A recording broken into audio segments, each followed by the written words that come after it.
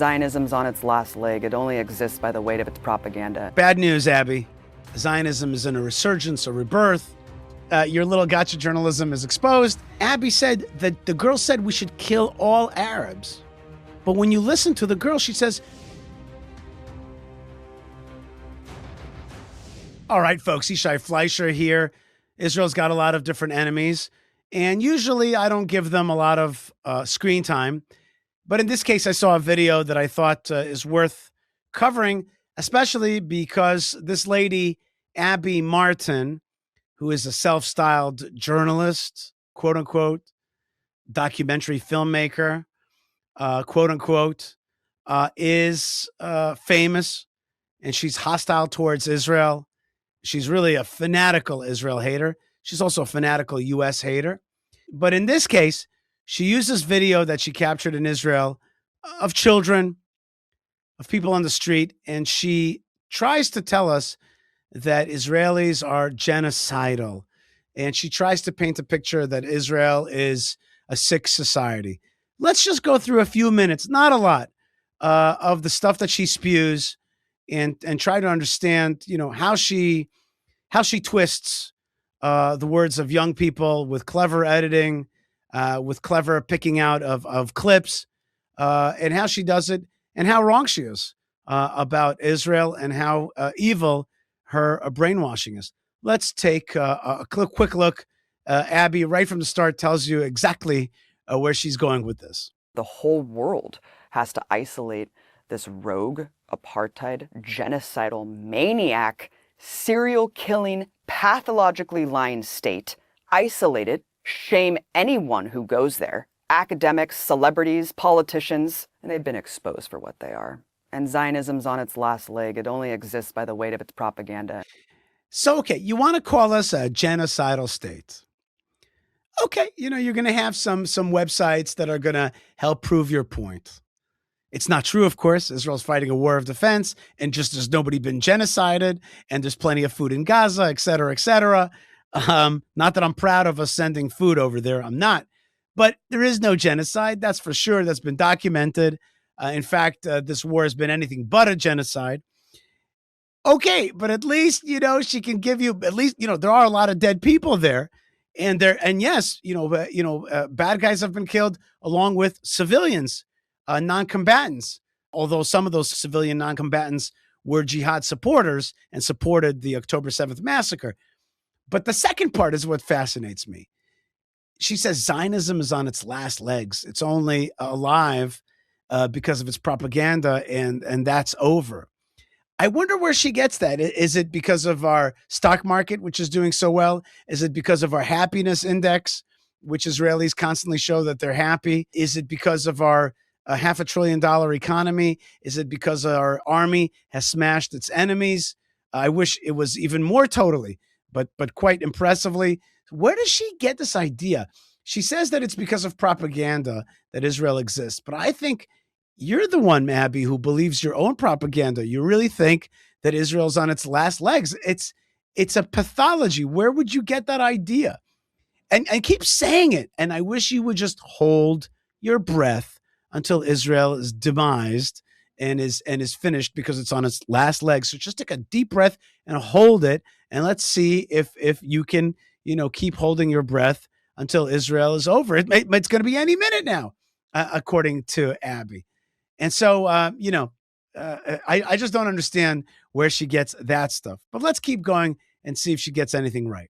And that propaganda has collapsed entirely. The world sees Israel for what it is, and it can't last for long in its current state. Can't last for long in its current state. I'm telling you, just we'll see who lasts long. I think that Abby Martin is going to be old and withered away, and the state of Israel is going to be young and sprightly. You cannot expect change in a society this far gone. It is full-throated fascist. What does the word fascist mean? Isn't it the name of what Mussolini's party was back in World War II? What does fascist mean? Do you mean that Israel is a national state that wants to defend its interests? Is that what you mean? Do you mean that it's a state that's pushing back on jihadism? Like, what do you mean by this word fascist? What you mean is what, a state that supports itself, does not support the enemy's effort to take over that country? Is that what fascist means? A country that still has self-defense? Is that what you mean? And that's why they act the way they do, with full, total impunity, because they have no humanity left. This is a society so far gone with protection of a military empire, with hatred in their hearts. And we're seeing essentially the Fourth Reich today, marching forward, and there's no allied forces coming to save us. The Israeli Knesset.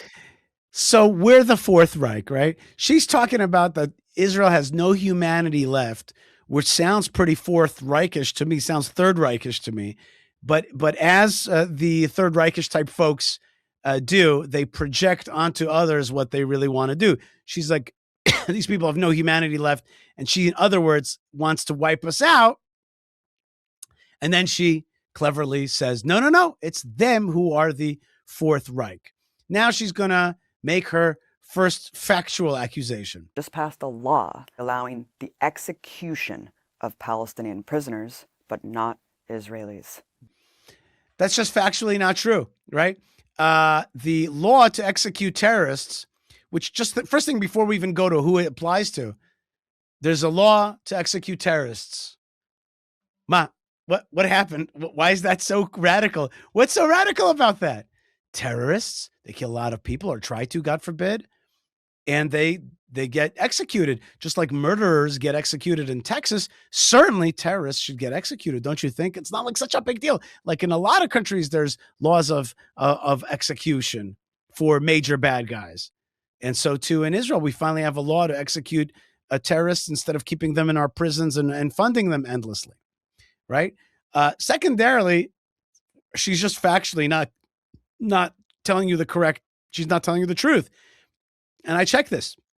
If an Israeli Jew would commit a crime of terrorism to try to destroy the Jewish state, to try to kill people as a jihadist terrorist, but he was a Jew or an Israeli, he would be subject to the same law and punishment. So that's just not true. Okay. So there you go. 2 in a row. This is the true face of. Look, there's Itamar Ben-Gvir, Minister of National Security, and he's pointing to arrestees, people who try to break through the Gaza quarantine, the Gaza naval blockade. And these guys tried to break through and support the jihadist terrorists, the Hamas. So they were arrested and deported. They were not murdered. They were not disemboweled. They were deported. What's so bad about that? Apartheid Israel. But this is nothing new. I saw this firsthand when I was in Israel back in 2016. Now, this is important. Full-throated fascism. Full-throated fascism. Watch how she interviews little kids and also takes these 10-second clips. Let's watch. You can't deal with these people. There's no need to try. There's no need to talk to them. There's only. Who are these kids talking about? That was literally a 4-second clip. Was he talking about jihadists? What was he talking about? One way, like, I would carpet bomb them. Carpet bomb whom? Carpet bomb whom? The jihad supporters? The vast majority of Gazans showed that they were jihad supporters. They made a carpet bomb against us. And here's an Israeli saying, I would do the same thing back to them. I would fight them fully. It's a war. It's a full-on war. Okay, and I would not necessarily, says this young man, who's angry, who's tired of his brothers, himself and his father and his one day his sons going to war. He says, I want to fight them to win. Does that make Israel a genocidal society? You would carpet bomb them? It's the only way you could deal with it. I didn't. That's the only way you could deal with whom? The jihad, the Hamas, right? And she didn't give a chance to hear. She didn't ask, do you mean all Arabs?